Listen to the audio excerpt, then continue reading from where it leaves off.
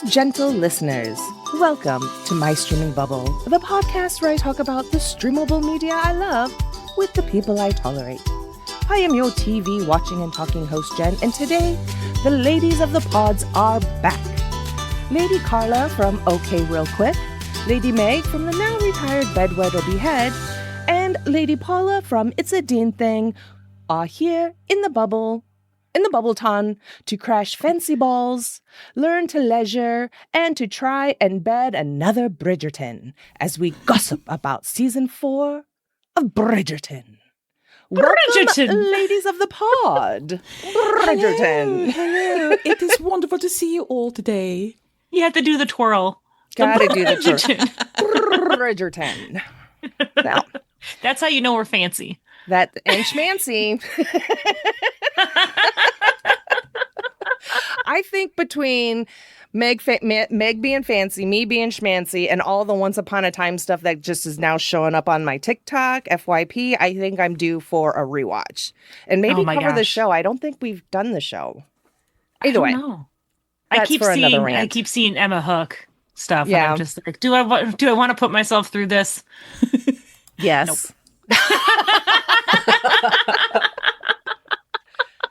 All right. But welcome, ladies. Thank you so much for joining me today. I was so excited when I saw that all three of you had signed up for Bridgerton. So we'll go ahead and get right into it. So, dear listeners, consider this your official spoiler warning. If you haven't watched the season and you don't want it spoiled, pause the pod, watch the thing, and then come back. Welcome back. Oh, and there will probably be book spoilers, right, Meg? Probably. It's been a while since I read the books.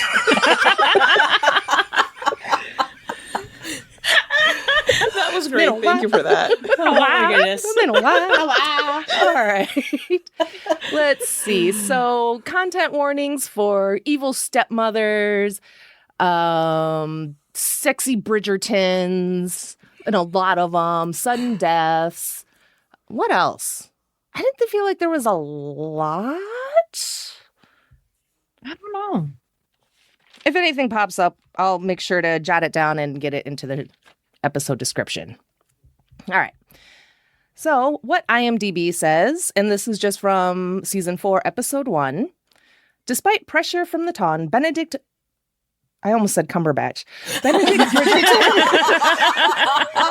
My brain totally glitched. I was like, okay, I mean, that's fair. Okay, I did not sign up for that episode. I gotta go. Bye, guys. Yeah, sorry. What? You're like, oh my God. You're not Cumberbatch? I misread it clearly. Oh my God, I'm so sorry. I'm so embarrassed. There's a family emergency. I gotta go. What in the Sherlock? It's fine. Okay. So despite pressures from the Ton, Benedict Bridgerton isn't one to settle down until a masked woman in a ball unexpectedly captures his heart. And what I says about this show, I says, I fucking hate this show with a heart face. And that was literally me screaming at the television at the end of episode 7.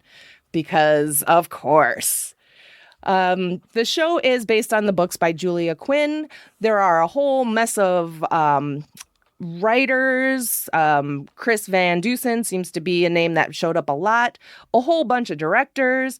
And it stars a whole mess of people like Luke Thompson, Yaren Han, Katie Leung, Michelle Mao, Isabella Wei, Adoja Ando, Ruth Gemmell, Julie Andrews. I wrote Andre. Julie Andrews, Golda Rochevelle, Hannah Dodd, Claudia Jesse, Florence Hunt, Nicola Coughlan, Lorraine Ashburn, Daniel Fran, and like a fuck ton of other people. There was like, I was only trying to get the names of people that were like important for this season, and I just had to stop because I was like, there's so many people. Pretty much, yeah. Yeah. All right. So, general thoughts. We'll go ahead and we'll start with Meg because this is the season you've been waiting for, yeah? It has. Benedict was one of my favorite books. And I don't know. I liked it. I thought it was good. I would really love if they went back to focusing a little bit more on the, main characters of the story. To having their wedding not be a post-credit scene at the very end would have been nice, but overall I liked it. I thought I liked the change that they made with Sophie, and how they incorporated her being Asian instead of, I mean, with the book, obviously everyone in the book is white, which causes some fun challenges when you come to stuff like John Kilmartin and all that fun stuff. But it changes some of the dynamics. But no, I thought it was good. I don't know. I've loved my little bisexual disaster, Benedict, since the beginning. I haven't read the book in a while. I liked that they didn't necessarily just, well, they did kind of. I wish he'd gone through his hoe phase for a little bit longer, I guess. I wouldn't have mind watching Benedict have a good time for a little bit longer. But I don't know. If you like Cinderella, this is a. Yeah. I don't know. I'm tired. I need someone else to talk. I'm not used to going first, guys. I'm sorry. I'm used to just latching on to what somebody else says. Yeah, same. Like Carla. Yes. Carla, what are your general thoughts on the season? Well, dearest gentle listener. All right. I really enjoyed it. I think because I went into it with not a ton of expectations. That's how I'm approaching all Netflix projects, and it's made my life a lot better. So I just go in and I'm like, don't expect much, just enjoy it or don't, and then peace out. And I was like, oh, I actually like this. There are a lot of things that I'll get into later that I was not well pleased with, but overall, I like Sophie a lot. I like the chemistry with Benedict. I love Benedict. He's one of my favorite of the characters, but I'll talk more about that later. But I really, as much as I hate her, I still was happy to see Cressida for some reason. I was like, why am I so excited to see this horrible woman? Like, you know, like every time I see her, I want to punch her in the face, but I'm so happy she's here. What is wrong with me? Maybe I'll talk about this to my therapist. Yeah. But like the degree to which I love to hate her, like emphasis on the love part is disturbing to me, and I need to sit down in a quiet room and think about it. But the sex scenes were all sexy as it should be with Bridgerton, because honestly, if you're not like steaming up the screen, what are you even doing? And I thought that they did that really well. I will never be able to think of the word pinnacle the same way again, and I'm kind of upset about that because I was not expecting that to happen to me. And yeah, I did not enjoy that part. Neither did Fran. Yeah, well, neither did Fran apparently. But if there's one thing, and listen, you don't become less bi because you end up in a hetero pairing, but I still had been hoping to see Benedict end up with a guy, if only because there's so little representation of bisexual men on screen who end up with a guy.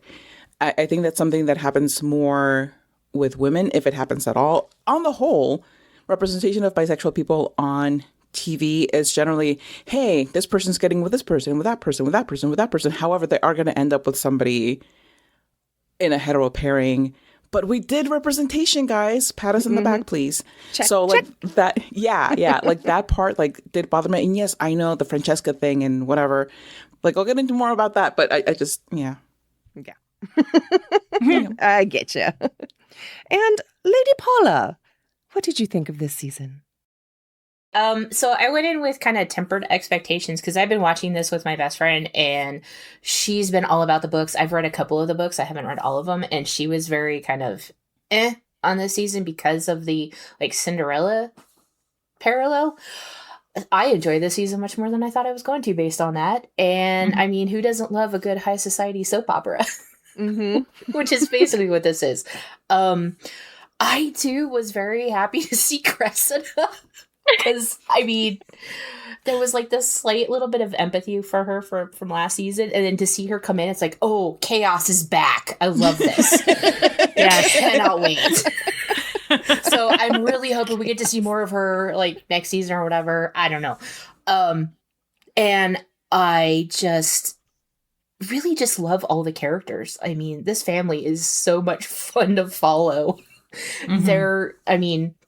there's some really great characters. I think they're doing a great job with some of the interpersonal relationships that they don't really explore in the books from what I've seen so far. So like between like Violet and Benedict and Hyacinth and Eloise, I really like seeing a little bit more of those interpersonal relationships within the family and all that. So yeah, so I enjoyed this season. Yeah. So like everybody else, I really enjoyed this season, but I have to admit, there was something that felt off kind of throughout the whole season. And even though I'm laughing at the funny bits, I'm watching controlling my breathing during the sexy bits. Like, I'm not the one having 60 times. Why am I breathing hard? Yeah. What's happening to me? And it felt very interactive for me at times because I'm just like screaming at my TV because that's how I can't control my emotions anymore. So I'm just like, ah! And I was telling my family, I'm like, I can watch horror all day, every day and not like, and be, fine for the most part. But the second, more turmoil and strife and obstacles get into the way of a romantic relationship just infuriates me. Because I know that it's going to end happily ever after because it's, romantic and that's what they're going to do. Let's fucking get there. Anyway, that was me. So you like the yearning. Well, I do and I don't. I like to know that it's there, but then let's just get right to the banging. No. Right. Settle this off screen. Just give me the good stuff. Yeah. But there's a different genre for that. I'm not at all surprised. But I did enjoy this season. I felt this season was a lot of fun and kind of like jaunty, which felt very Benedict. I liked the little Cinderella kind of parallel. I thought that was just kind of cute and cheeky. And again, very much because it's so cute and cheeky, very much like a Benedict kind of thing. And in thinking about it the last couple of days, I think I too wanted a little bit more out of Benedict, of the chasing of Sophie or the woman in silver, or no, showing that he's still a party boy until, I don't know. I don't know what was off this season, but something was off. Loved seeing the Asians and evil Asian stepmother. I had finished watching The Descent, and then I was watching Sinners. And when I was watching The Descent, I was telling my husband, I was like, this is all the Asian woman's fault. She did this. She's in the wrong. It's all her fucking fault. And then I'm watching Sinners and he comes home and he's like, so another movie where it's the Asian woman's fault? And I was like, I almost started watching Host because that too is also the Asian woman's fault. But no, I started Bridgerton. Amazing. So that was fun. God. So that was fun. And another fun fact is that I didn't realize, okay, so, Dowager Penwood, Sophie's evil stepmother, she's wearing black. And it wasn't until yesterday where I was like, oh, she was wearing black because she's in mourning, not because she's a bitch. Oh, man. I thought it was just classic, like, she's evil, so we're going to dress her in black. I was like, oh, yeah. She has been in mourning for a long ass time. She's been in mourning for 7 years. Mm-hmm. Yeah. Like, damn. Yep. At this point, it's just like about like the visibility of it, because at this point, maybe she just doesn't want to go to the modiste. I don't know. I mean, fair. I mean, when you get to a certain age, you're like, maybe it's the equivalent of like sweats. Maybe it's easier not having to keep up with all the fashions. Yeah, exactly. Like, just my one God. color palette. That's She was gonna get a nice pink dress with some bows, but Cressida hopped in there and took every single bow. I too was excited to see Cressida too, which again, like you, Carla, I'm like, I don't know why, but I'm happy that things ended up okay for her because I did feel for her. Yeah, but, like I still want to slap her, but I hate her, but I'm happy for her. Yeah, I hate her, but I adore her so much. She's just so petty and naive at the same time. Mhm. But I don't know. It's like for a while there, she was showing a little bit more character growth than Eloise, but we're not ready for that conversation. No. She read a book too. Like, Yes. What? Because there's nothing else to do in Wales. Which Hilarious. Other than just trying to pronounce all the names and the towns and stuff? she read a Buying book, everyone a vowel? met a guy that she liked, got married, and got to come back home. Good for her. Yeah. We're happy for Cressida. And that's enough about Cressida. I think that pretty much covers She it. finally got the drawing room she wanted. Yep. Which And dream on, girl, yes. Hey, she got her happily ever after. And anytime I see rooms just covered in pink, I just think Steel Magnolia. It's, blush and bashful are her colors, but it looks like it's been doused in Pepto-Bismol. Yes. It definitely does. All right, so let's get right to the hot, sexy couple of the season. Benny Boy and Sophie. So, Paula, what did you think of these two? I really liked their chemistry. I thought they were such a good fit. And I do agree. I wish we'd got a little bit more of Benedict trying to find the Lady in Silver and that suspense. I will say Sophie, like, just not giving up any of her secrets was really frustrating. It's like, we could have resolved this so much easier if you'd have just told the Bridgertons what was going on, because they're good people. They will help you. They have proven that time and time again. Like, can we just stop, like, lying? And it never works for anybody. In any show ever, it never works to lie and keep secrets. It just causes way more drama than's necessary, although we love the drama. Yeah. We love it. We hate do. it.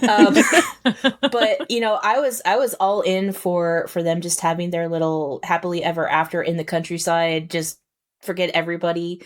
I also did very much enjoy Benedict's hoe era, as we called it.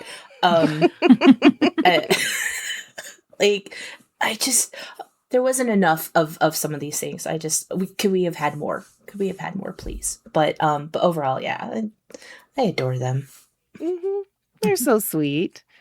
Meg, are you ready to speak again?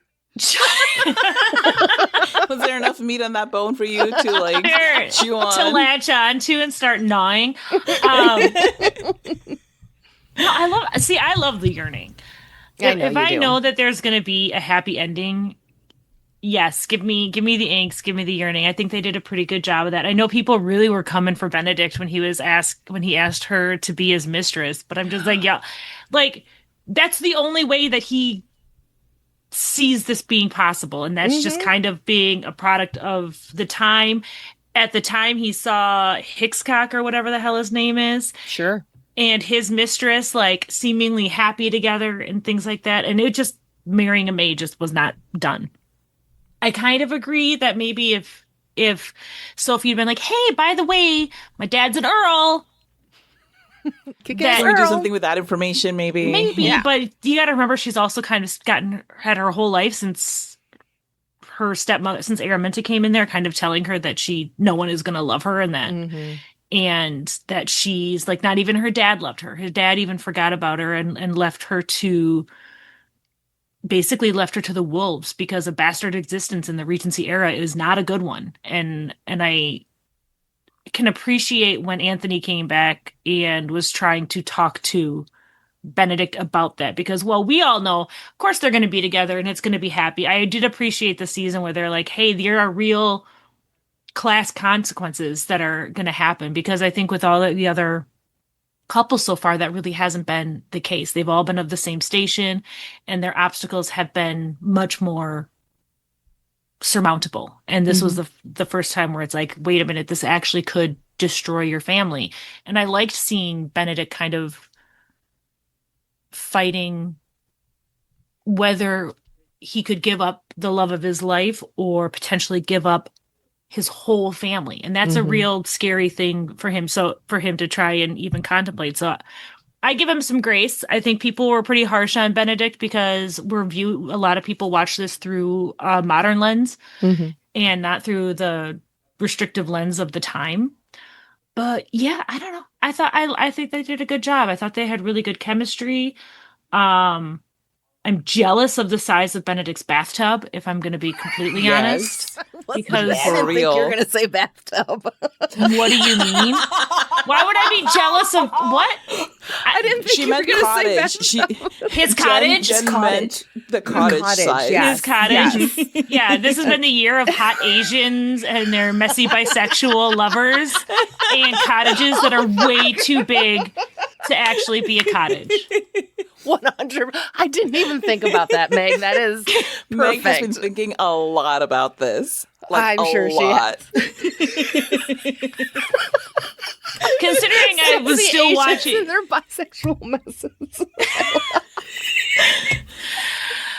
Perfect. I love it. Anyway. No, I think they did a great job. I have more stuff to say, but I will. Okay. All right, well, Carla, I have stuff to say that's not about them. You missed your chance. This is the Meg Show. Go, Carla, go. All right. So, what I love about their dynamic is that she's grounded. She's very realistic. You know, her reality might not be the reality that we see because, you know, we're seeing it from a different perspective. But she's very grounded in her reality, and she doesn't really dare to dream much. And largely, it's Araminta's fault, and also kind of her dad's fault because her dad was not like, "Hey, by the way, just in case, look at this will. You are in it." Mm-hmm. You know, and I'm sure, like, you know, oh, ladies don't need to look at wills. Who cares? Because, you know, they're scarcely supposed to be reading in the first place, so you should not be looking at men's paperwork. But I think that if he didn't notice the tension with Araminta, he was a terrible parent because that's something it was very evident. It was not something that was particularly well hidden. Even with niceties, it was very evident that she was not happy. And also the fact that he just was like, oh, welcome to the house. By the way, here's a child that I had with another woman whom you will also have to care for. Yeah. You know, good luck. So he was a terrible provider in that sense. He didn't provide her with security, with safety, and set her up for a difficult life because of that. And so, but she's very practical and she's very smart. She's very clever. And I really appreciate somebody who makes something look easy because, you know, everybody was like, oh, wow, look at all the stuff that she can do. And in a way, it's also kind of, I think, her just wanting to please people, wanting to be liked, and maybe also just wanting to get ahead enough that, okay, well, now that I've finished, you know, scouring the floor, do you mind if I go ahead and have a read now that I've done all of this stuff? So there's a lot going on with Sophie that I don't think that they explored enough for me, but, you know, you only get 8 episodes and they had to cram in the entire Fred and John storyline in there, which they could have done in an entirely different season, but why do that? And Benedict, on the other hand, he's a dreamer and he's just, you know, very much in his own head and in his own world. And he has had the luxury of doing that. And yes, it's hilarious that Sophie doesn't know how to leisure, but that's all pretty much he knows how to do. And the fact that Anthony, you know, he had the nerve to go out of town and leave Benedict to actually work for once in his damn life. Oh no, poor boy now has to sit there and, you know, do actual things that involve things that he doesn't like to do, like, you know, most adults. But and it's literally 30 minutes a week. Like, bro, seriously. Oh, how taxing. You know, right? Like, come to Modern Times and see how much work people are doing and then sit there and whine about, like, oh no, my leisure. I have to wake up at 10 instead of, you know, noon or whatever the hell. But anyway. No, listen, I love Benedict. I swear I do. I'm just saying that because, like, sincerely, these are my thoughts, but I do love him. But, okay. But he needed a push to get out of that mindset and to get out of his own little world because he sees everything as like, well, what's the problem? Like, why would you not want to be my mistress? You get, like, a house and stuff and, you know, like, also kind of get what I want and you get what I want. Heavy emphasis on what I want. such as setting her up for a job at Bridgerton House, which was, supposedly for her benefit, but it's mostly for his, so that he has access to her whenever he wants, whenever it's convenient for him. Because at the end of the day, yes, her job prospects were not great. For sure, if she wanted to stay in that area, in that one area of the very big country, not a very big country, you know what I'm saying? Like, she could have gone elsewhere, but she wanted to be there for whatever reason. Okay, fine. That was a very good job. It's like, short of working for the queen, it's probably the best job in the city. But it wasn't really about her job prospects. It's about access for him to her. So in a lot of ways, Benedict is very selfish. And I'm not harping on this to be like Benedict bad, but just to point out that he can be lovable and very loving and have good intentions. But until later on in the season, when he starts acting for her actual good instead of just for his convenience, that's kind of what Sophie brings out in him. And that's something that I don't think that the show does a very good job of spelling out. That it's not just that she made him, more grounded, and she got the guy who's up in the sky to settle down. It's she got this person who is kind of self-centered and selfish, to think about somebody other than himself, to think about somebody's needs ahead of just his own and his immediate families. And I think that kind of pairing, him bringing out more spontaneity in her, and her bringing out more thought and care, in the sense of like thoughtfulness and carefulness, not like, oh, care, like I love you. That's part of why they work so well together as a couple. They're also very beautiful together, so that always is nice to look at. But yeah, I hate the societal rules. They're dumb, and I hate them, and they suck. But those were the rules of the time. I do. It's kind of like, when you have a sci-fi movie and people are like, well, they would never, I don't know whether cast a black person as a lead because, like black people wouldn't be in this fictional, in the medieval times in England, even though it's like aliens and space helmets. Why would they cast a black person? Because that's the part that's unbelievable in this story. Similarly, in an era where black people were not accepted like they are in this fictional show, the excuse that that's just how things were is a little jarring. I will say, though, that it does add to the drama that we enjoy. It does add to that tension that we are kind of really addicted to in Regency stories. But it does, just on an intellectual level, kind of grind my gears. Like, it's a dumb excuse, but I get it. I get it. I really do. I just hate it as an excuse. I 100% agree. All right. And Paula? No, wait, started with you. We started with It's your turn now. I was like, what's the question now? I don't know. Where am I? What are we doing? Oh my God. My bad. All right. So, yes, I loved these two together. I think part of what I think was missing for me is more time with these two together. Just more time. It would have been nice, even like with the masquerade, if the masquerade ball had been, if we just had more time there or something where they kind of carry out that mystery woman just a little bit. And in addition to the whole Cinderella aspect of it, of she left her glove, and like, I'm just dorking out. I was like, this is so fucking corny and cheesy, and I love every second of it. I was like, it's her glove. I was like, I ate that shit up. But yeah, I think we could have benefited from having more time with Benedict and Sophie, kind of, learning from each other. And we kind of can see those little changes and thought process and how, they might conduct themselves, or, Sophie actually trying to leisure. And actually see this kind of like transformation in Benedict. I felt like some of the stuff was like a little rushed, I think. But I still loved all of it. I still loved all of their moments together. Anytime, especially like when she was the mystery lady in silver and kind of like giving him a bit of shit before she knew who he was. And then the whole, like, she didn't know who he was.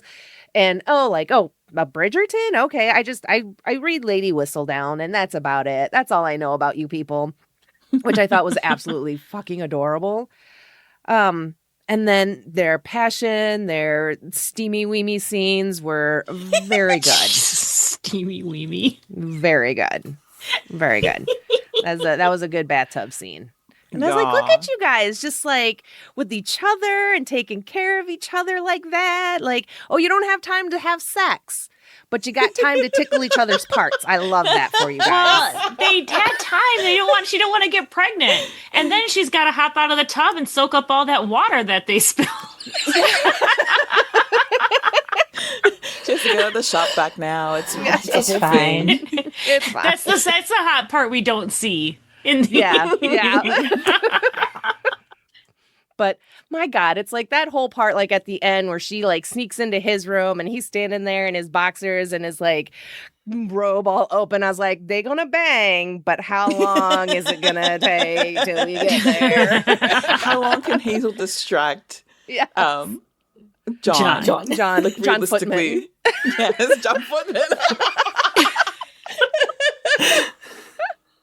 So, yeah, I think that's what I wanted was just a little bit more with these two still trying to figure each other out and the yearning and everything. And I think maybe like Sophie was just so frustrating in the whole, like, she's just not allowing herself to feel good things, to be in love, because Meg, like you said, she's just been like beaten down all these years with a terrible stepmom who stole, her dowry and everything. And I love that Benedict asked her the question everyone fucking was wondering. Mm-hmm. Why would you believe her? Yeah. And then her whole like, I didn't want to be hurt again. Like, bitch, that is the worst fucking answer. I hated that answer so fucking much. It was so stupid. Yeah. But other than that, I loved these two. I thought they were super cute together. And Luke's got a nice butt. He does have a nice butt. Indeed. Mm-hmm. Yeah. Yeah. I feel like his butt suffered because I was watching Heated Rivalry so much at the same time. But I rewatched it again before. I rewatched it again this week, and it's got a nice little tushy. Got a nice tushy. Got some nice little cheeks there. And we saw quite a bit of man cheeks this season because we got Lord Anderson as well, and then didn't we get John's Tookus real quick? Did we? I don't remember. Maybe not. Okay.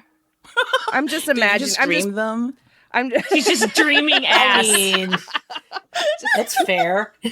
Inserting ass. No. All right. I don't think we saw Maybe Antony's not. booty. Wait, maybe we did. I don't know. He was only in there for like 2 seconds. But I think I don't know. But there was some dude butt, and I appreciates that. So, all right, I would like to talk about Franny and John, and I would kind of agree that her story being in this season felt a little distracting, and I felt like it doesn't give her the justice that like her story should get, especially losing John like so young, like right away almost. I felt I screamed at my television. I was like, that was unnecessary. Yeah. Yeah. So, Carla, what did you think of Franny and John? They did Fran and John so dirty. They did them so dirty this season by kind of just putting... Okay, let me just back up. For starters, it really bothers me that their approach to John and Fran is that Francesca never reached her pinnacle with John.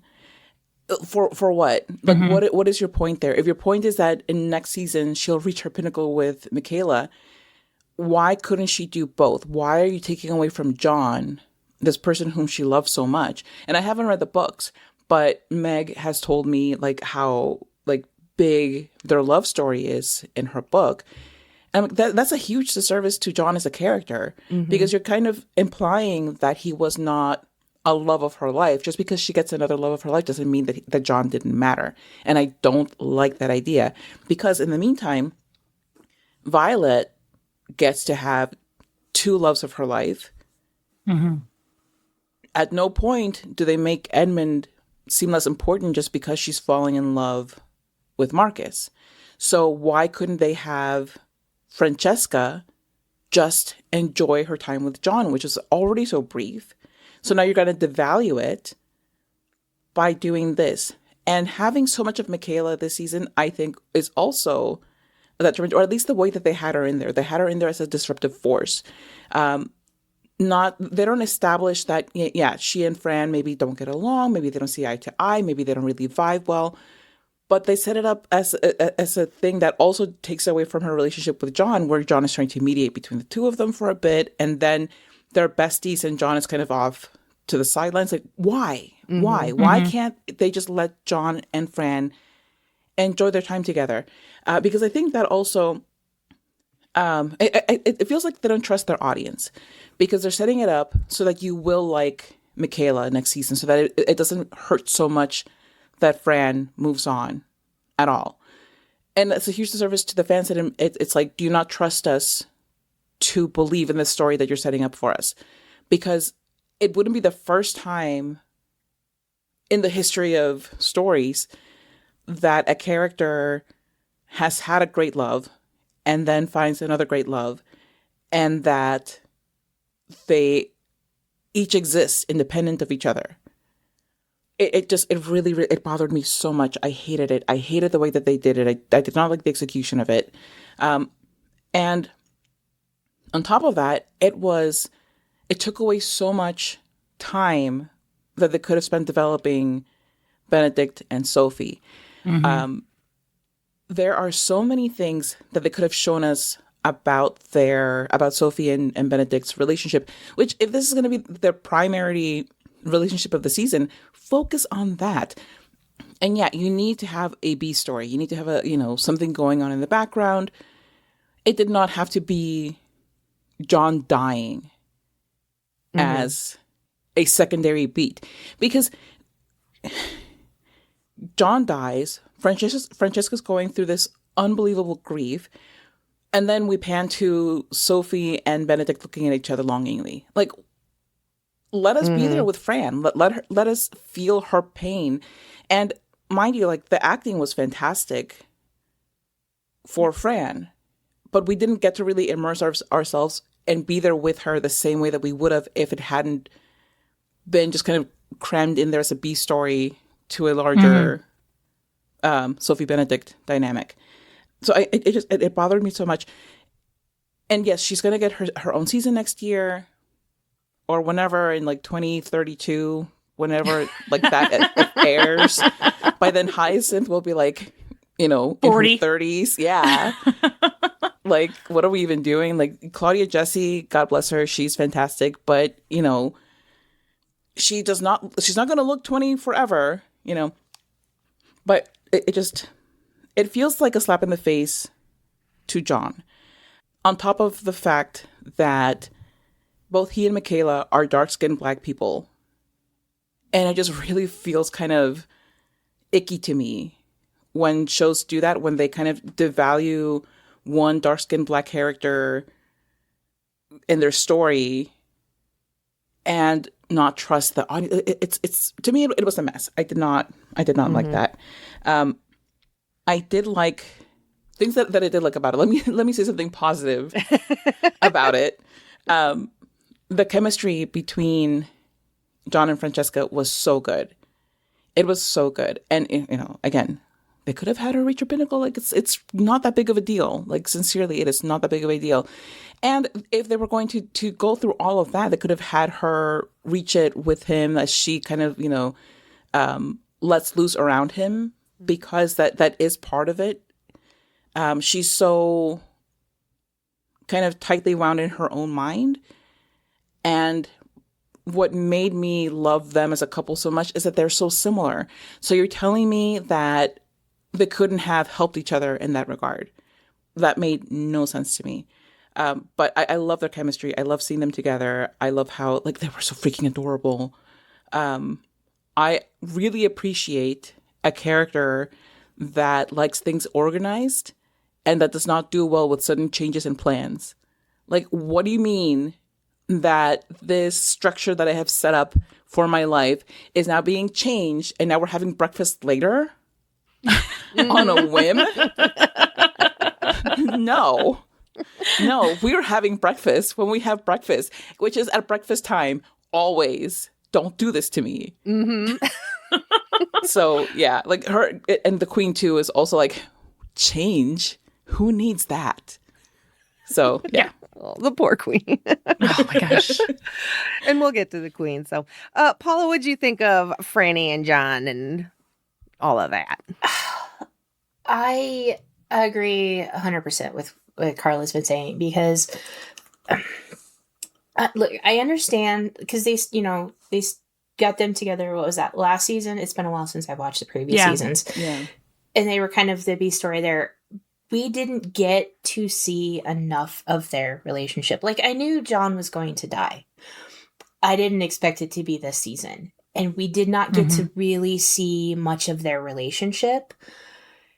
And I agree it was a disservice to the characters, where every other pairing so far has kind of gotten that full season to develop, and I know the end game is Michaela, but they could have moved more of John and Francesca's story to her season and developed that a little more, and really let us get to know John more to really feel the impact of that loss. And then, seeing the relationship with her and Michaela develop. I mean, she played that loss.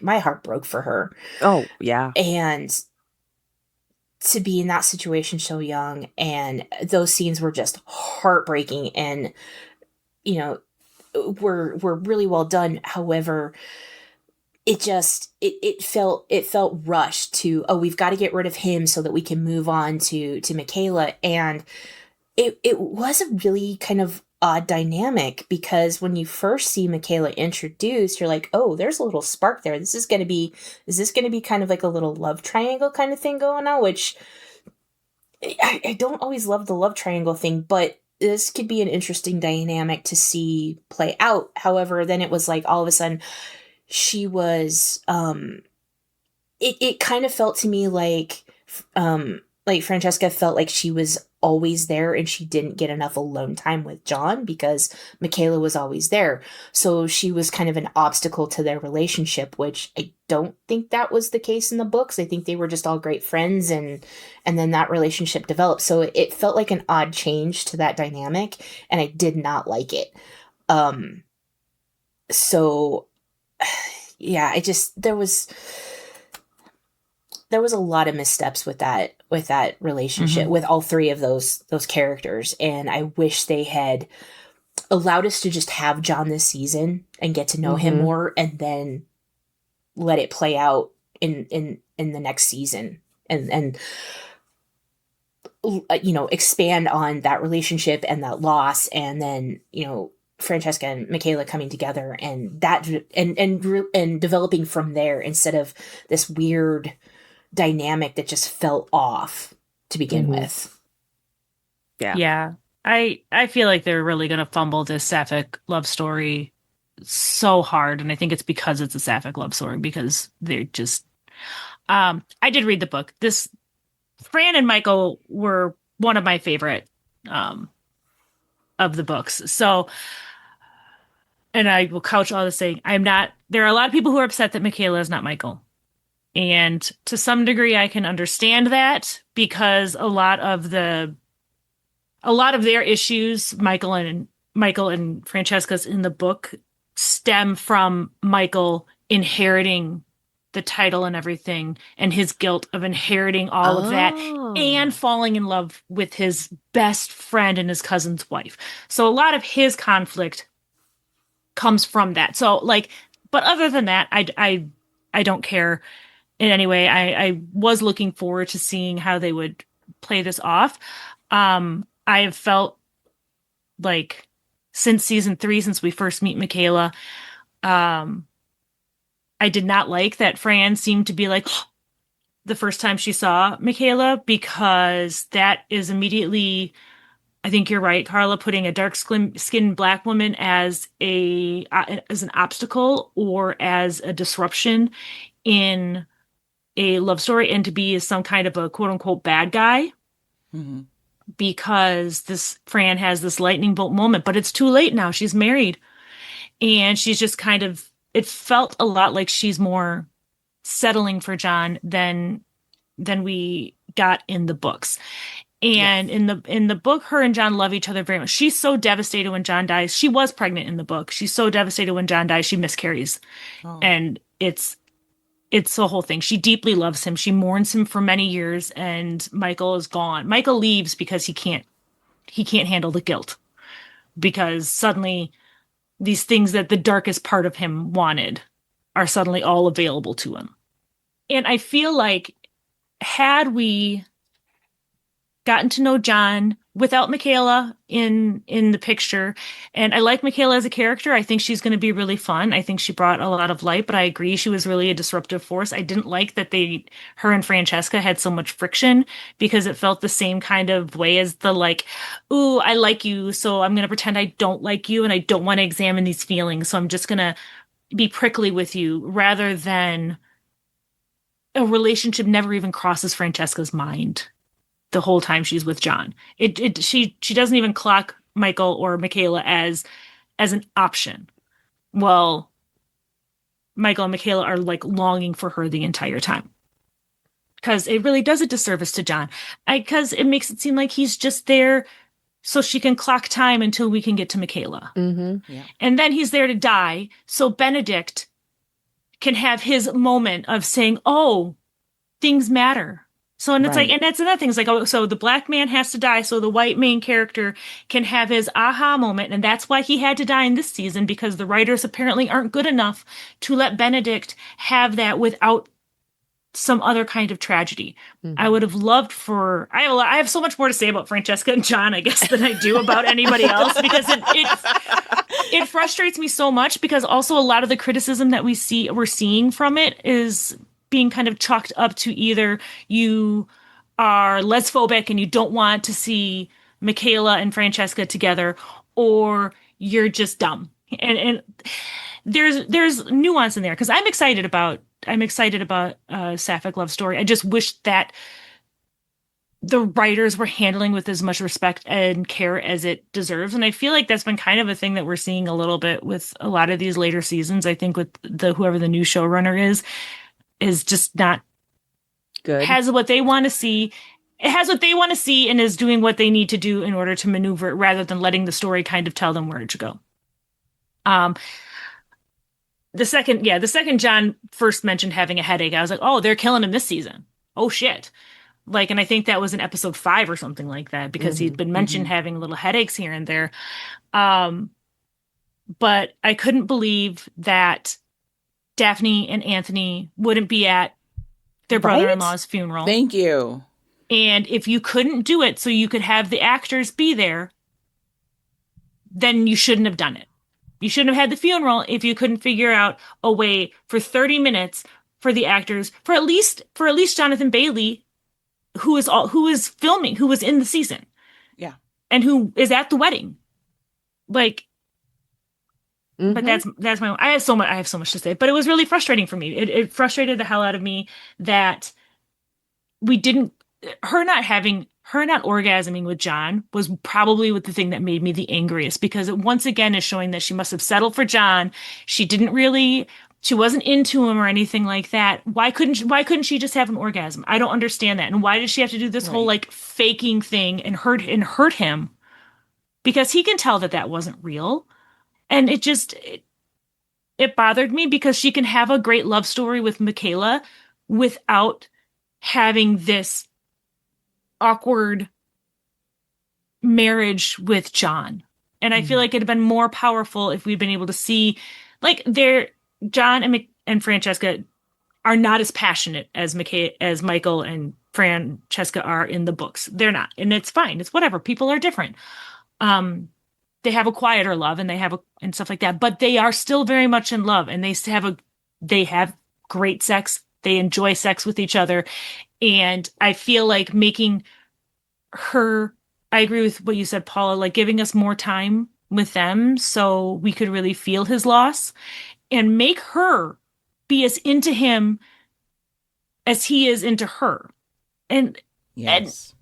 and do a better job showing it, because you're telling us how much she loves him over and over and over again. But everything that we're seeing is she loves him, but she's not in love with him, or she's not passionately in love with him. She sees him as her best friend, but not that romantic and sexual connection, which you can have both.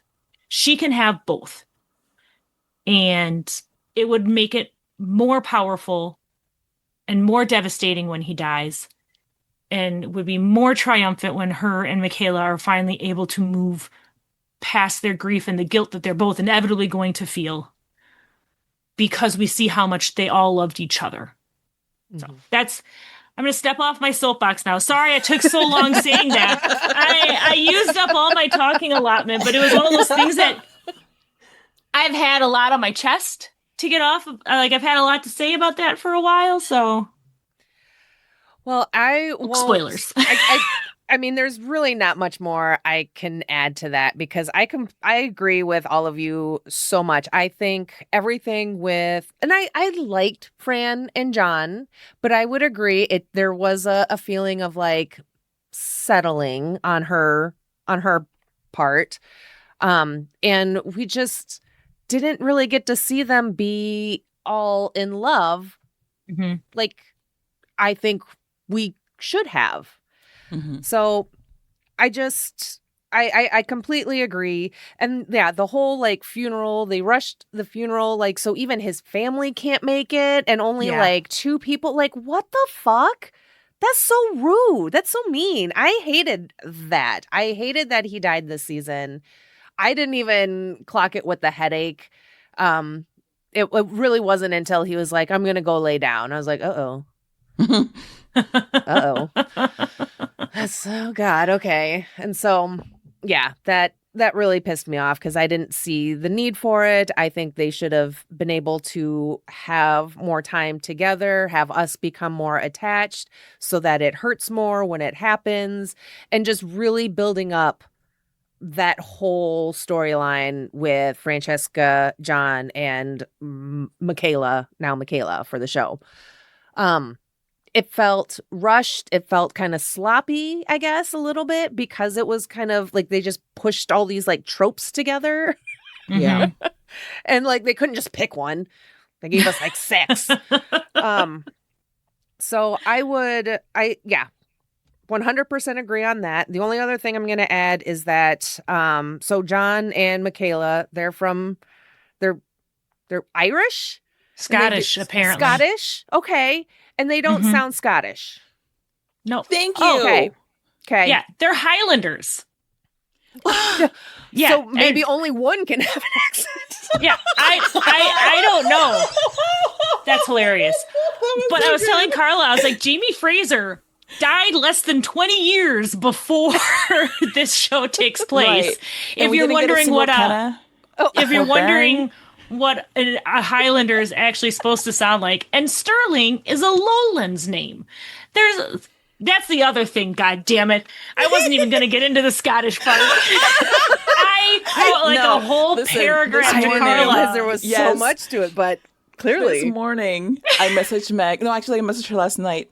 I was like, hey, so would they not have sounded Scottish? They sounded distinctly English. And Meg was like, well, and she goes into like this whole thing. And I was like, this is fascinating and also hilarious. Thank you so much. Yeah. Because don't even just sound English. They sound very posh London English. And that's just not how nope. Also, one other thing. John and Fran worked together for years before he dies. It wasn't like this 1 year. They were together for years, which makes the infertility hit so much harder because then she's finally pregnant, finally. And then he dies and she loses the baby. So it's just... They took away so much angst from us. They took so much angst, and they took hot Scottish accents away from us. Oh. Yes. Because yes, Super in the pissed book, about that. In the book, they do have Scottish accents. Damn it, not Highland because they're not Highlanders. I figured it was just they were English lords that got given the Scottish. You know, that was how I rationalized it in my mind. But they live up there. I know. I wish if they were going to do that, they could have at least like pointed it out, been like, "Oh, by the way, everybody." They could have not had him in the first time we meet him literally say that he doesn't like London society. He likes to spend all of his time in the islands. Right. Yeah. Right. Sure. Just don't put that in there, and we can all just assume. I mean, it would have been fine. We have very strong feelings about this. I had no idea. I was just like, now Michaela's going to lead him in a jig. You did not know the can of worms that you opened. I'm so in sorry. A This is going to be a whole other episode. I'm pretty sure was still forbidden at the time. Oh, yeah, you're right. Oh, my God, yeah. You're right. Yeah, you opened a can of worms. We can't. No, we have to move. I won't stop. Because, it was still forbidden. Yeah. Why are they wearing tartans? First of all. Because that was forbidden, too. Them not having kilts was the most realistic part about that whole thing because they weren't allowed. But they're not. They have tartans, and they have tartans in England, and it was explicitly not allowed. Sorry, I've been watching Outlander a lot too. No kidding. Oh, Meg, I love you. I love you so much. Guess what my favorite book series? Was such a trigger. Well, most people, unfortunately, are not going to catch that because they don't know the history. Most people didn't get obsessed with the Scottish uprisings when they were 19 and they're lost. I thought I got all of this out when Carla messaged me. Because I think I even messaged you that I wasn't gonna. Oh, yeah, no, but I was like, I need this to happen. And Jen, you made it happen. Thank you so much. You're welcome. And I had no idea about any of the messaging. That's the most historically inaccurate thing of this whole show. In a lot of historical inaccuracies. So much. Yeah. But no, you reminded me of that, Carla, because I forgot that Sterling was their surname. And I'm like, that's not a Highland name. Nope. That's a Lowland clan. What are we doing? Why are we even here? Why are we here? Are you telling me? Well, and then I was like, well, obviously they didn't fight in the uprising because John is clearly a Protestant. Like, I had a whole rant. I should screenshot it and send it to you guys.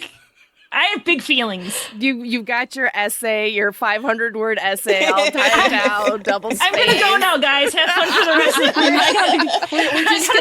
We're just gonna have to imagine that this is just like an alternate timeline history where none of that happened. I have to calm down. I bet we can't wait till next season and when the Highlanders when they're in Scotland the whole time. Oh boy. Because he dies in Scotland. Damn it, she's all by herself when he dies. Oh, wow. I'm sorry. I had no clue. So the Queen, Agatha, and Whistledown. I have so many thoughts. No, I'm just kidding. Let's give Meg a chance to calm down. Paula, what did you think of, with the Queen and Agatha, Lady Danbury, and the whole thing with Whistledown, and now that, she knows that it's, her Penelope. Thank you. I'm still surprised that they revealed that in world so soon that Penelope is Whistledown, because as she said in the show, it's like now everybody knows who she is, so now there's an expectation, and people are hiding things, so she's not. And it's not fun or engaging for her anymore to be Whistledown, because now it's a responsibility. I think before it was kind of a little bit of an escape or a way to have some independence. And now it's, as she put it, like a gilded cage. And the queen is also in this gilded cage, and she's expecting, Penelope and Agatha, Lady Danbury, to provide her entertainment and be her companions and whatnot. And so they're trapped, like all three of them, they're trapped in the life they've been given, basically. And I thought that was a very interesting kind of little subplot. But I really, I don't know. I wish they hadn't revealed Whistledown so early. Like, I love how they did it, but I wish they had waited longer, because well, it is pretty selfish. Like, we get these, openings to the show of, Dear Gentle Readers. What are we going to get going forward in future seasons? Like, we've changed the whole dynamic of the show now. Damn it. Well, there's a new Whistledown. Right. It's like, well, is the queen now going to kind of take over? Well, okay, I will admit, I have not seen the last 20 minutes of the show. Oh my God. It's okay if there's spoilers. That's my own fault. I was so behind. I was like, I needed to. Life has been crazy the last couple of days, and I was like, I've got to finish getting this. That's why I was late to record, because I forgot time zone differences, and I'm like, I got to finish this. It's like, oh crap. That's amazing. I love it. I may be wildly off on what's going to happen in the last 20 minutes of the season. Nothing important ever happens in the last 20 minutes of the season finale of a TV show Exactly. It's okay. It's fine, because I'll finish watching it right after this. You missed the part when the sheep broke out of the pen and they trampled everybody to death. Mm-hmm. Oh, you missed the Kraken. Amazing. All of these are amazing plot points. I cannot wait.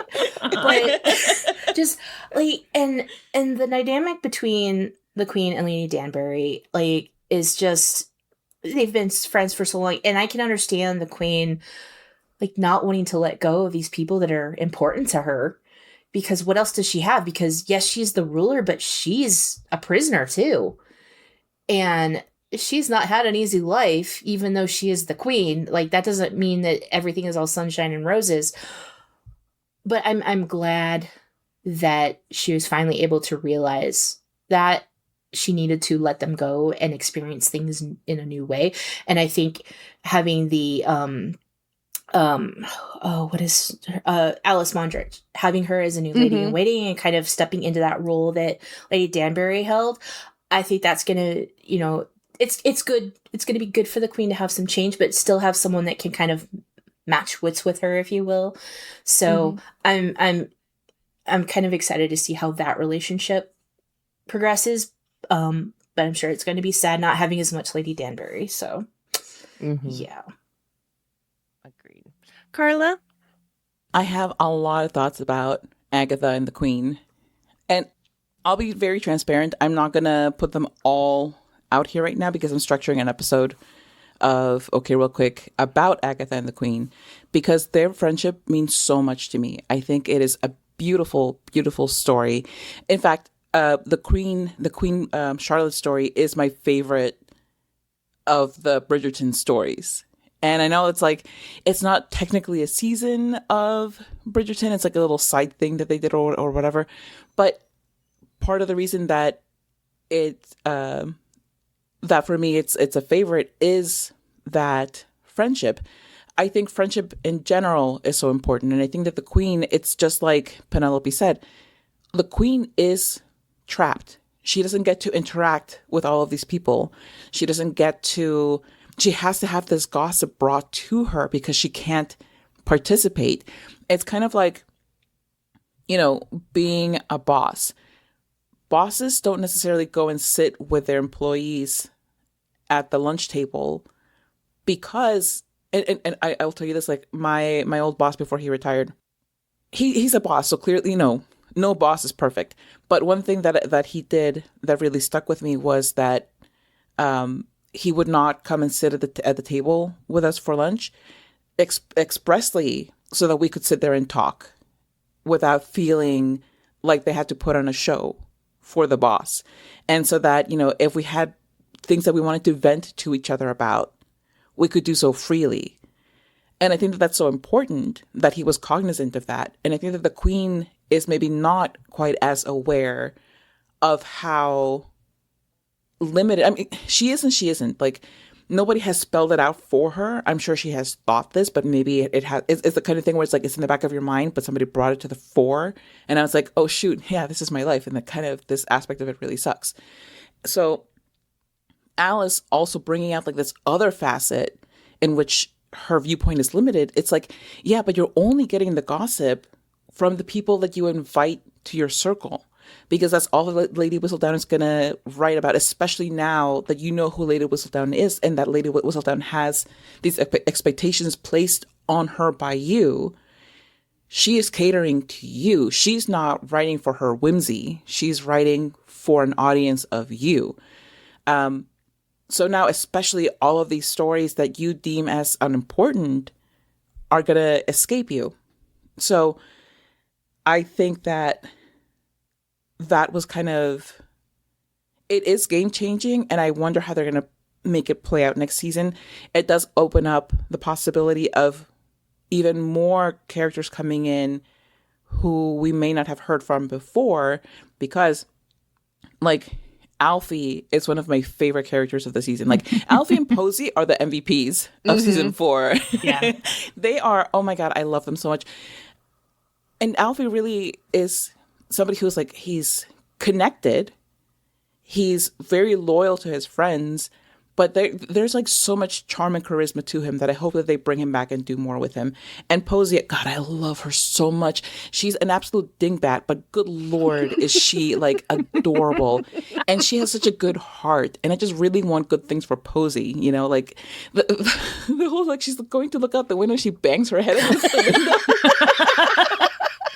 Oh my God, that's one of the best moments of the season. Her deciding to just climb out the window to go and look for Sophie was fantastic. I adore her. But yeah, like these are, you know, and yeah, Posey, she's higher class, so it's different, but she's doing this in the service of a maid. Mm-hmm. And it turns out to be like the biggest story. And then Agatha and Charlotte are like cackling their heads off about it. And that was, oh my God, it warmed my heart so much. It made me so happy to see these old friends who are about to part ways sharing like a last laugh. And Charlotte getting so emotional as she realizes this is the last that we're going to experience this together. This is the last that we will have participated in this sense with our community. And I totally get why Charlotte was reluctant to let Agatha leave. And it's like, it's one of those things where it's like, you know, none of us here have the power to tell our best friend as they're leaving us, don't go. Yeah. But she kind of does. And she tried to use it. And it took Agatha like moving like all of these pieces to make it so that she could leave, which is ridiculous. Like, you know, when Meg and I are in the same town and we have to part ways, we just part ways. That's we don't not have true. to like I've just failed. I have not yet been trapped in Wisconsin. It's what Not yet. It's a bad look, honestly, if I try and trap you in my home. Optics is the only thing that's keeping me free, you guys. Literally. Optics and guest bedroom schedules. Well, yeah, that's that too. Because I'm not bunking with your cousins. I'm so sorry when they come to visit. I'm not bunking with them. I'm just not. But, and add to that the fact that they're two Black women in very high positions in society. Not enough can be said about that. But I'll say that in my podcast. Good plug. Good plug. But I do love the way that they parted, because it didn't end up being a bitter and acrimonious split, because it could well have been. Agatha could have been like, screw you, I'm leaving anyway. And Charlotte could have been like, screw you, I'm forcing you somehow to stay. It didn't happen. At some point, it finally like entered Charlotte's head that, yeah, no, Agatha, you deserve to go and do your own thing now. I'm kind of hoping that it's like the kind of thing where she goes for like a year and she's like, this is so nice, but I kind of miss my London digs. And she's like, okay, I had my good time, I'm back. you know? So I don't know, like that might be a thing. Like we might miss Lady Danbury for like half a season and she comes back and like, just explodes onto the scene like, hello, everybody, I am back and I am Danbury-er than ever. You're muted. She fixes the whole Michaela and Francesca mess. I was like, what are That you would doing? be so good. What is happening? I thought I was good to go, but yeah. You guys can't even fall in love without me here. Yeah.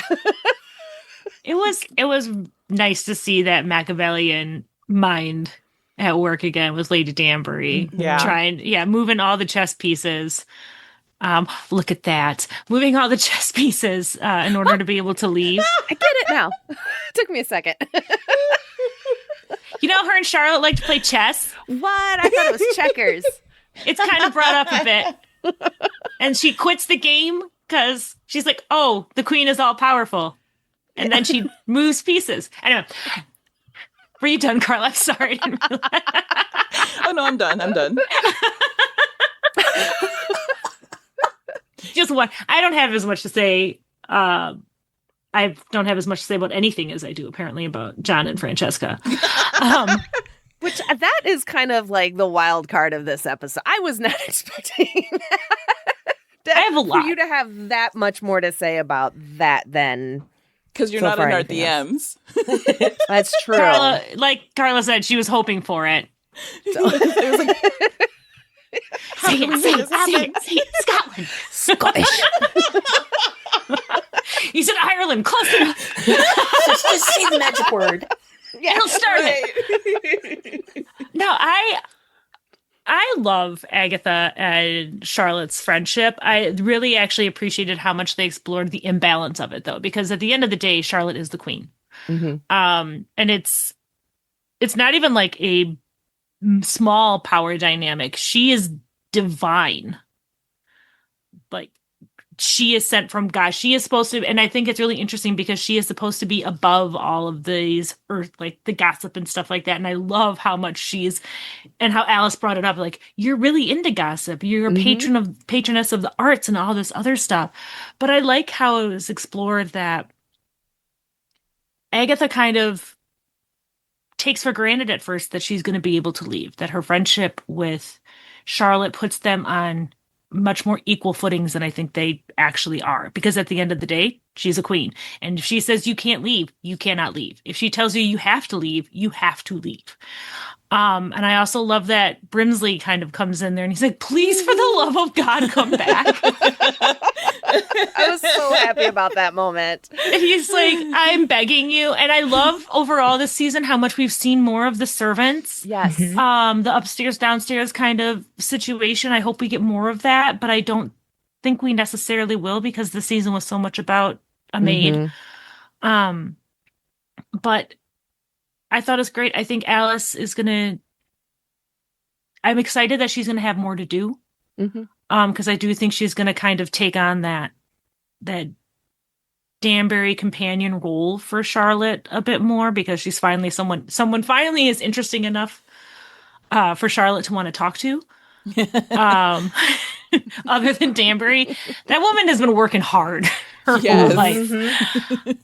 And I am excited to see what the next Whistledown thing is. I think Penelope had a lot of fun doing it when the consequences weren't coming literally to her front door yelling at her about it. Yeah. And I think that's one of those things, like, frankly, people who like to be on the internet and say shitty things when they're anonymous, like the anonymity gives you this permission to be shitty. And Penelope sometimes, as Whistledown, was pretty shitty. But it hits a lot harder when you actually see and are confronted with the actual consequences, and everybody knows that you're the reason that this happened. So I wish they hadn't brought it up as soon as they did, but I like once they did how they handled it, where Penelope's like, hey, this isn't fun anymore. And also, you're a grown-ass married woman with a kid now. You are not 15. Maybe it's time to, but I do kind of hope Posey is the next Whistledown, but I don't know if she can read and write that well. Maybe it's all just an act, and she's gonna surprise us. Oh, I love her. Amazing! Oh my god, that. I adore her. She's just she's so precious. She's so stinking cute. Oh my god, she's adorable. I love her. What's her sister's name? Rosamund. Rosamund. Yes. Yes. Yep. Yeah, she's whatever. She can go marry some rando and go to Wales. Send her to Wales too. Yep. Yep. God, You can just find a husband. Maybe it'll adjust her attitude as well. Yeah,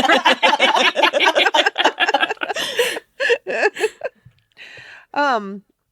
Yeah, I really loved the Queen and Danbury this season. I loved, we saw a portrait of them, from not necessarily from Queen Charlotte, but it was when they were young, like in that season or series. So I felt like there was just kind of just continuing on that, us knowing the history and the backstory between them just made Agatha wanting to leave that much. Like, you wanted that for her, but you felt for the Queen. And it's kind of like, since we got that season of Queen Charlotte or series, we are so much more invested in the Queen and Agatha's relationship. Unlike what they did with a certain pairing of this season that I'm scared to mention. And another thing, no.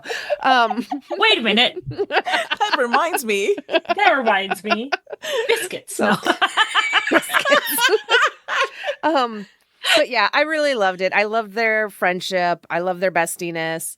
And Meg, I agree. I'm glad that they kind of explored that class imbalance between the two of them, because I guess, I too, like Danbury, kind of took their friendship for granted and was like, oh yeah, Danbury's going to go do some shit. And then Charlotte's like, no, just no. I loved it so much. And her laugh is both hilarious and terrifying. God, yes. It's one of the best things I've ever fucking heard. Yeah, with the whole Whistledown, I would agree. It's because everyone knew that it was Penelope. It just, maybe that's part of what felt off this season, was everyone knowing that, and then how that would naturally play out of people being like, you should write this about me and make the story and set this, set the record straight and this and that. And I not at all blame Penelope for wanting to give up Whistledown, especially at this point, because how can you be Whistledown if everyone knows that? So, yes. And then Alice being the new lady in waiting, because Queen Charlotte dismissed the other one because she was pregnant and was just like, bye, fun raising that kid. Like, God damn, woman. You can have loyalty so to cold. one, and that's the Queen. So I'm really excited to kind of see what Alice is going to do in this role, because I think that, because at the end, she's like, at first she's like concerned about filling Danbury's shoes, and Danbury's like, you're not filling my shoes. Get out of my shoes. Find your own fucking shoes. And Alice at the end is like, I found my own shoes, or whatever it was. So I'm very excited to kind of see how this is going to play out, and how the Queen is going to react, listen, and treat Alice moving forward. So I think that'll be I hope it works out very well for them. So, and yes, I'm glad to see the Mondrakes back again this season. And I feel like they actually had something to do with making Alice the new lady in waiting.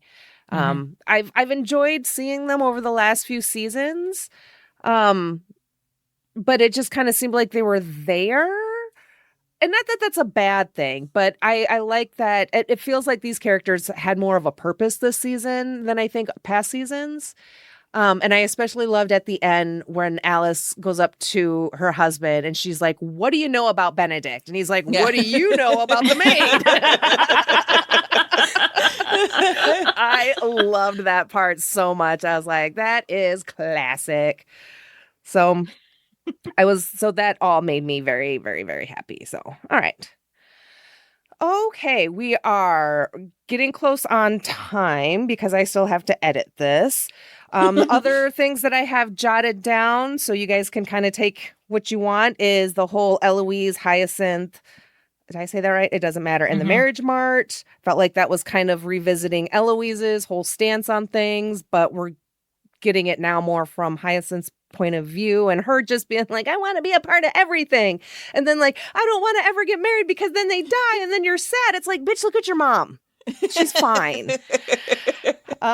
Is she? Well, with Lord Anderson, and I loved Mama B and Lord Anderson this season, and the one thing I'll say about that is that when she finally undresses and takes a look at herself naked for the first time in probably decades, I was really, really happy that she was like, oh, well, damn, everything still looks pretty good. So I'm glad that they did that versus the, and then like flapping the flabbies and everything. Right. So they did good there. And then the maid wars and the help and the help quote, I'm sorry. I have staff in my notes because I was like, this feels icky and everything. So take it away, people. Whatever else you guys, this is the stray bubble. So whatever else you guys want to get off your chests, let's go for it. Meg, your mouth is already open. I just had more to say about John. No. No, first off, I love that Hyacinth called Eloise out on being so self-centered. And so snobbish about everything. Like, just because this, I have a little bit of beef with Eloise, and I have for a while. I love that Hyacinth called her out, and I love that Eloise had to like work to get back into Hyacinth's good graces because she's so dismissive of everything that Hyacinth is excited about and finds important, and then finally Hyacinth has had enough. And I love that she has to work back and try. And I love how much she is trying. She gets her a feather for the recital, which is the most precious Oh my God. thing. Other than talking about John and Francesca, I could probably talk about this adorable little like tween party.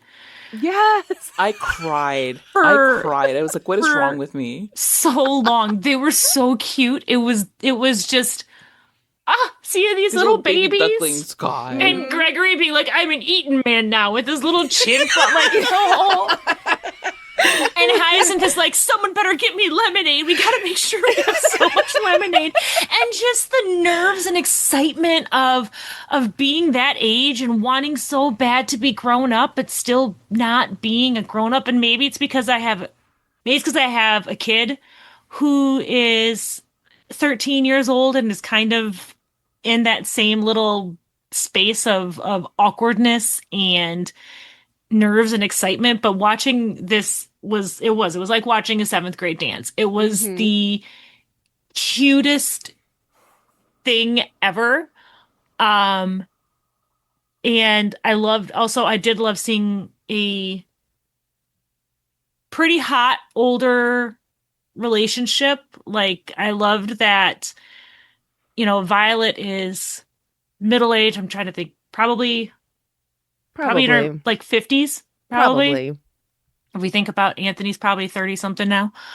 And still getting to have a sexual relationship, and that part of her life isn't over, and she thought it was. And I loved that. I loved the comparison of her relationship with, I can't remember her housekeeper's name, versus Varley and Wilson, yeah, Mrs. Wilson. Her and Wilson's relationship versus like Varley and Featherington or Araminta and literally any servant that she has in her house. And I love that mutual respect and loyalty that the two of them have to each other. When Wilson was just like, everyone likes tea, and I will make sure that nobody bothers you when you want to have tea, with no judgment and just like, you deserve to be happy. I love that. So, and being able to tell everyone to shut up at the end. Yes. They're all like, so good. Yeah. Oh my God. The Bridgerton house is much different than any other house in Mayfair. That's for sure, because that would have gotten a lot of that would have gotten pretty much anyone else fired. Mhm.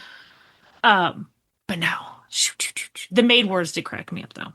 Yeah, that's real hilarious. Like, all because Sophie got fired. Yep. and Araminta is a bitch because you don't steal someone else's maid. Wow. And needing like 5 maids to replace Right. one. So Mm-hmm. And she had to pay him too, which is the real kicker. Yeah.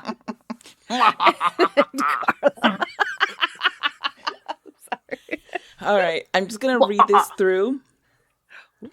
I had a lot of stray bubbles, but I will just read them through and not expand on them. All right, so John and Michaela constantly reminiscing was so annoying. Like, Jesus Christ, we get it. You grew up together.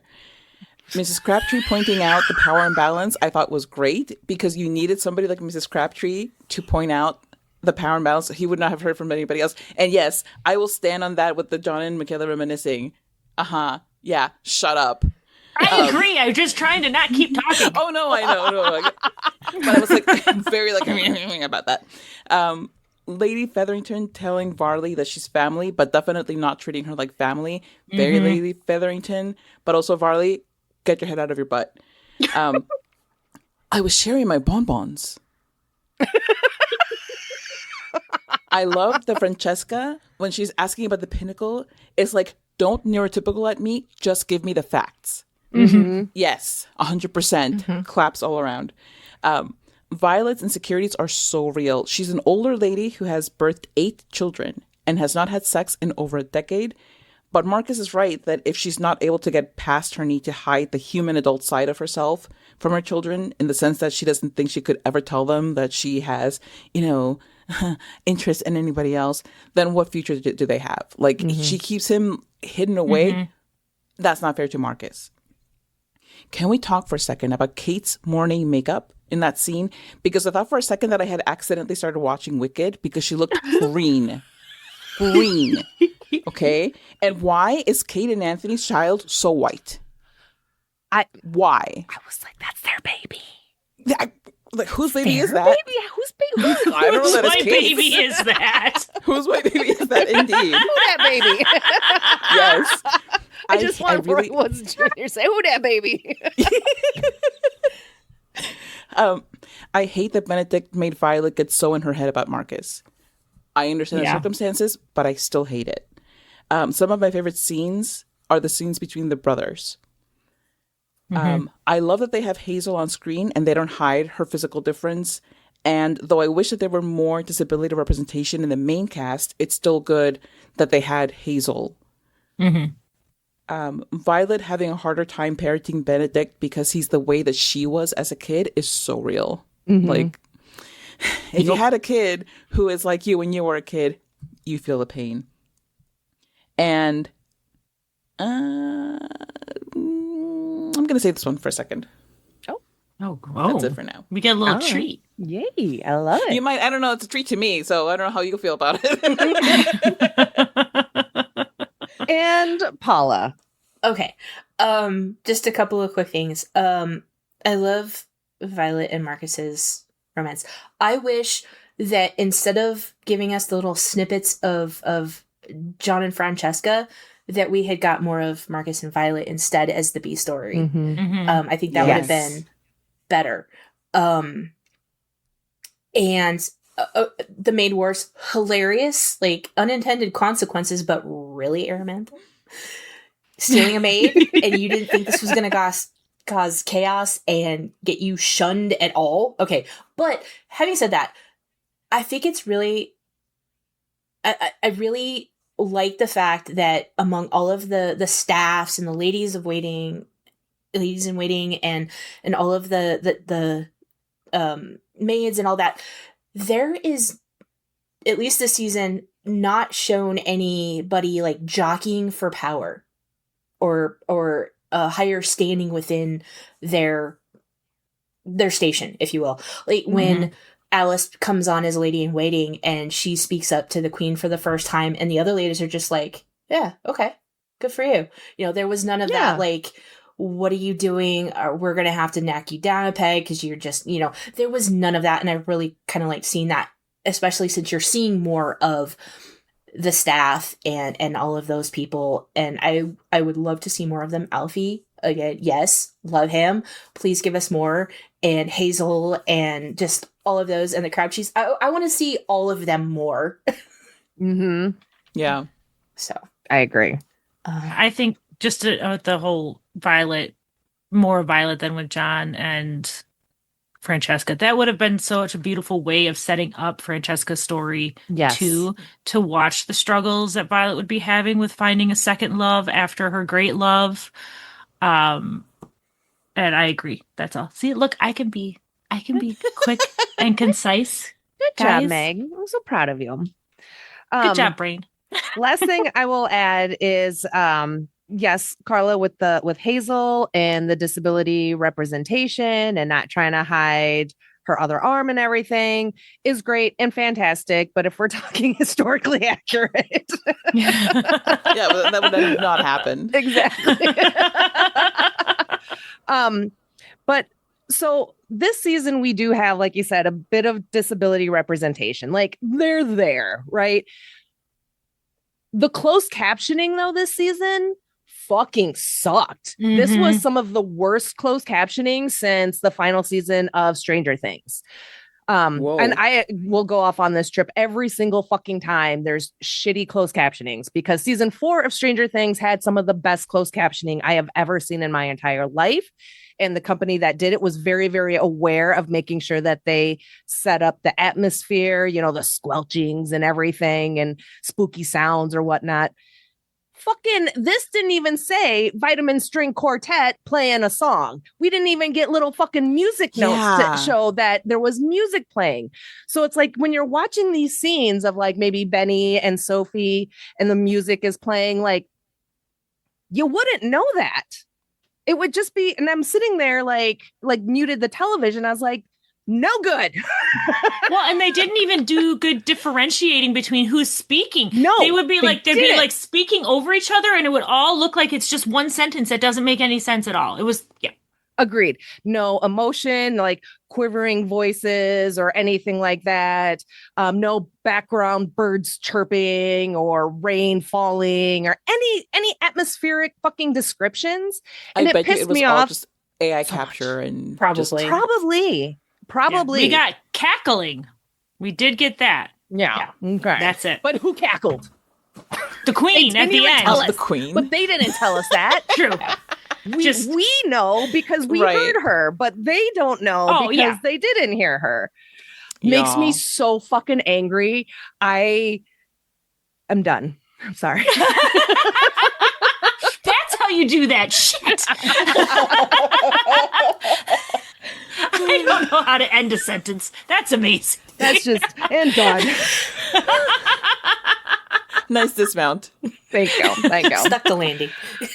Yeah. Thank you. 10 out of 10. I'm doing gymnast arms. Anyway, I shouldn't do that. I have bad shoulders now. Oh my God.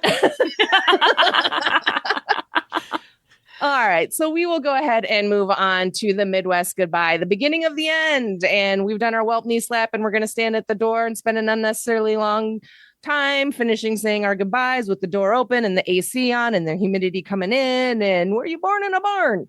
First up is the 6 Degrees of Nicolas Cage. And Carla, how'd you do? Oh, wait, this is where we connect Nicolas Cage to Bridgerton in 6 steps or less. Why the fuck not? Carla, how did you do? Well, before I reveal them, I have a burning question to ask all of you. You can answer with one person. Who is the new Lady Whistledown? Cressida. That was one of my guesses. Paula? What a twist. See, I would think, I would guess, what's the younger sister, the stepsister? Posey. Thank you. I wanted to say Polly. I'm like, that's not right. Posey. I'm going to guess Posey. Meg? I want to say Posey. Yeah, maybe Hyacinth, but I think Posey. My guess is Alice. Based on one line that she said, I wish to do something of meaning to Will. That's what she said to him. When she was talking about being a lady in waiting and being like, what the hell am I even doing? Yes. That's I like that. Ooh, I changed my That's a answer. lot. If I'm wrong, I'm wrong, but that was my theory and I'm sticking with it. So, Bacon not Bacon, because I use the Oracle of Bacon, of course. Nick Cage. So, Adjo Ando, who plays, of course, the great Lady Danbury, was in Invictus with Scott Eastwood, who was in Snowden with Nicolas Cage. Nice. And Meg? Julie Andrews was in Sound of Music with Christopher Plummer, who was in National Treasure, Nicolas Cage. Well done. Like it. Been watching that man rip Nazi flags on my TikTok. And Paula. I went with Ruth Gemmell, who plays Lady Violet, of course. Was in Fever Pitch with Mark Strong, who was in Kick-Ass with Nicolas Cage. Very good. Golf clap. Golf clap. I went with Yiran Ha, who was in Sissy with Hannah Barlow, who was in Bones and All with Christine Dye, who was in Mom and Dad with Nicolas Cage. And yes, I did have to use the Oracle of Bacon this time because I forgot. And I was like, shit. So, all right. Up next is what's been streaming in your bubble. So, what else have you guys been watching or reading, or any video games you've been playing? Paula? So other than watching Bridgerton and watching Tom Cruise movies for It's a Fandom Thing with Aaron for the month of July, I've been playing video games. Was playing a lot of Windrose, which is a pirate survival game, which is awesome. But then the last few days, I played Disney Dreamlight Valley, and they just released my favorite characters, Winnie the Pooh, Eeyore, and Piglet. So I have been in cuteness overload playing that. That's really why she was late.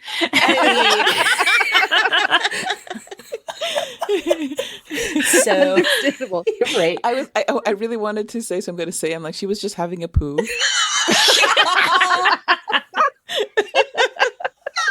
Not much of a joke.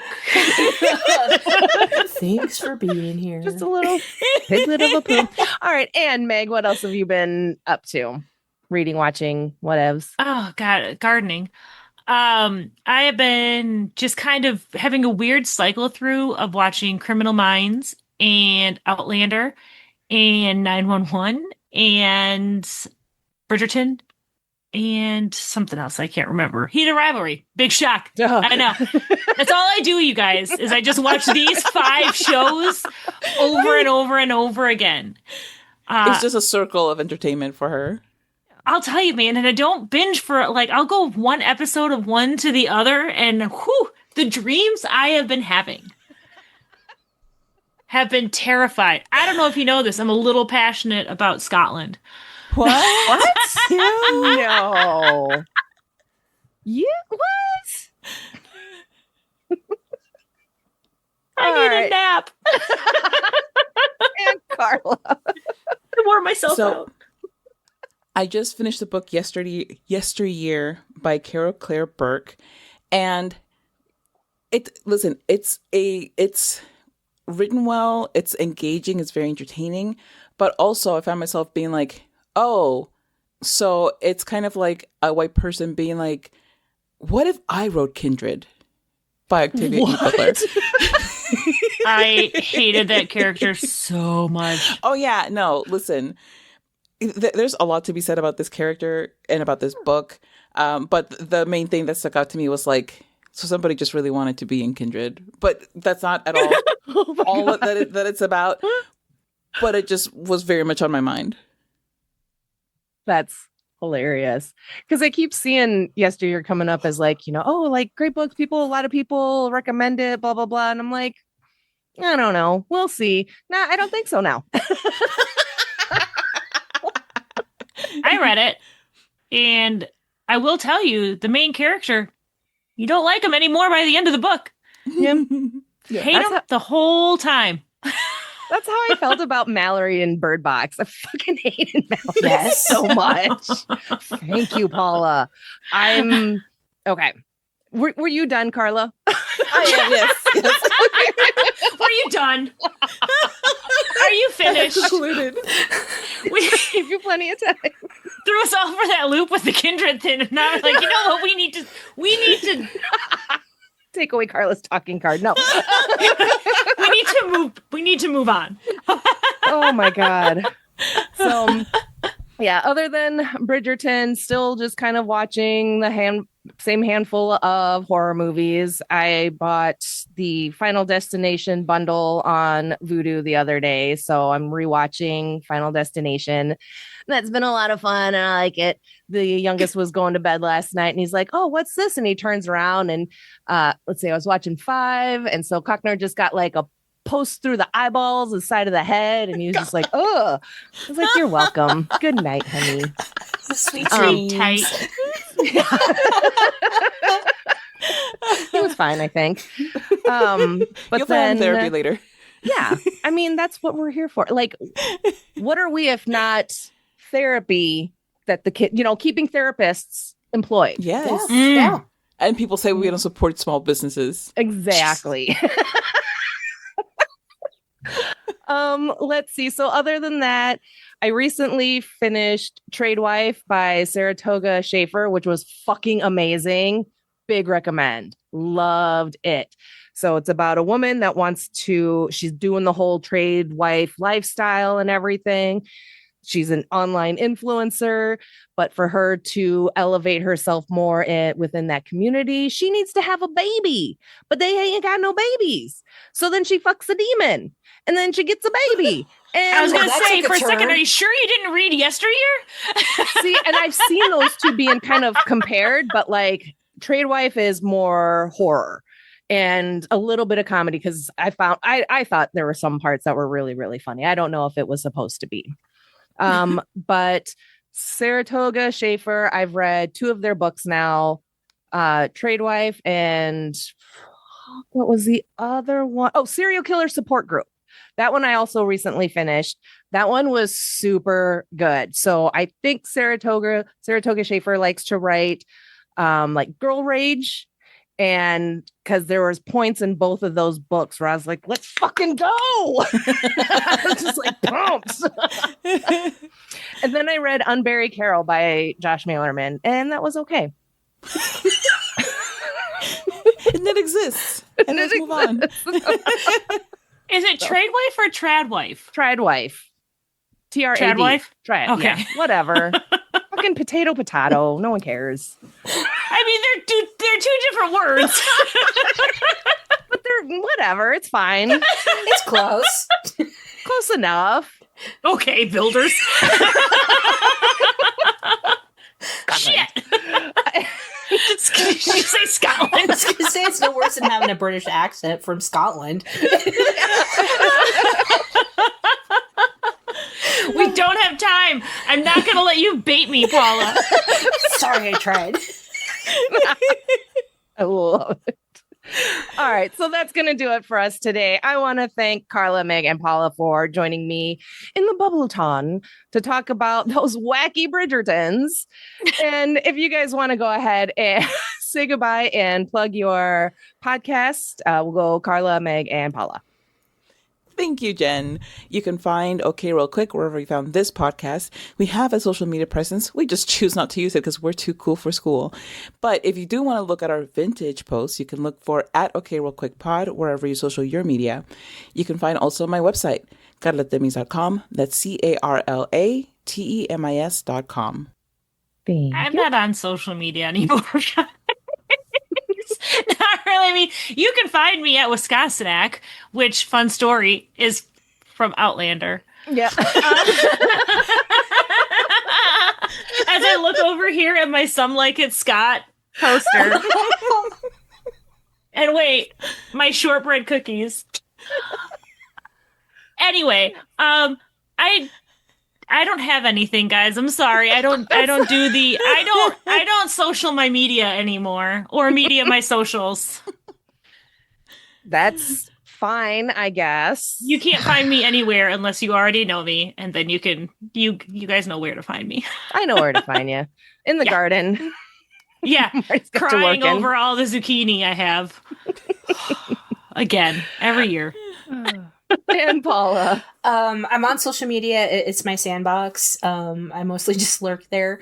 I'm also co-host of It's a Dean Thing with Aaron from It's a Fandom Thing, and one of our fellow panelists over there, Moth. We talk about our favorite character, Dean Winchester from Supernatural.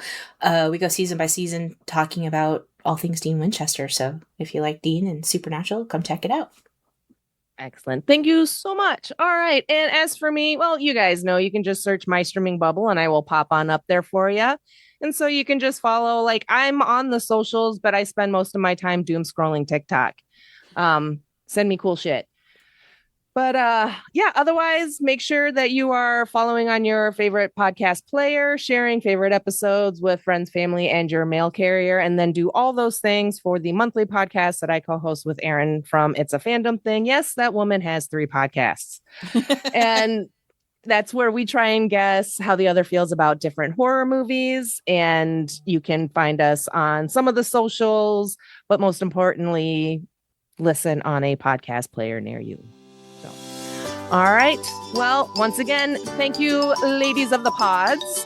And thank you, Bubblies, for listening. And until next time, keep streaming. Goodbye. Adieu. Bye. Bye. Ciao.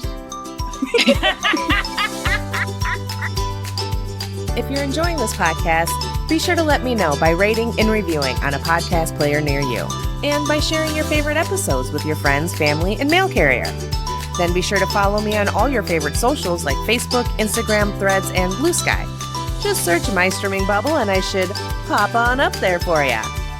If you have suggestions on what I should stream in my bubble next, or you want to be tolerated, send an email to mystreamingbubble@gmail.com.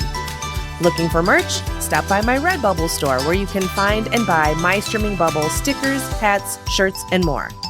You can also head over to buymeacoffee.com and, well, buy me a coffee. Need more podcast me in your life? Then be sure to check out my other podcast, Twin It to Win It. That's a monthly podcast that I co-host with my podcast brain twin, Erin from It's a Fandom Thing, where we test our twinningness by trying to guess if we both feel the same way about different horror movies. You can find and follow us on Facebook, Instagram, Threads, and Blue Sky. And most importantly, you can listen, rate, review, and share from most podcast players. Thank you for your support and keep streaming. Goodbye.